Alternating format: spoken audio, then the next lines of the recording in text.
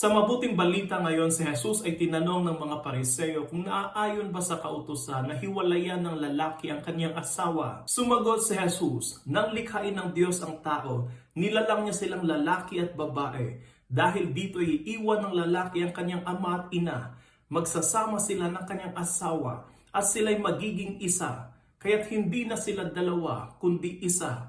Ang pinagsama ng Diyos ay huwag paghiwalayin ng tao. Ito ang dahilan kung bakit ang simbahang Katolika ay hindi pabor sa diborsyo. Hindi dahil ayaw ng simbahang Katolika, kundi dahil ito ang katuruan mismo ni Jesus. Ito ay sagrado at itinatag niya mismo. Pinapayagan ng simbahan ng annulment of separation, pero hindi ang diborsyo. Ang annulment ay nagsasabi na simula sa umpisa ay walang nangyaring kasal dahil mayroong impediment. Samantalang ang diborsyo ay nagsasabi na puputulin ang kasal kahit valid ito. Sa harap ng altar, ang mag-asawa ay nanunumpa sa Diyos na magsasama sa hirap at ginhawa, sa kalungkutan at kasiyahan, sa dagok ng buhay at tagumpay, na magsasama hanggang kamatayan. Ang nais ng Panginoon ay maging maayos at matapat ang ating relasyon sa isa't isa. Kaya gawin nating sandata ang Panginoon upang tunay na maging maayos at matapat ang ating mga relasyon at pagsasama.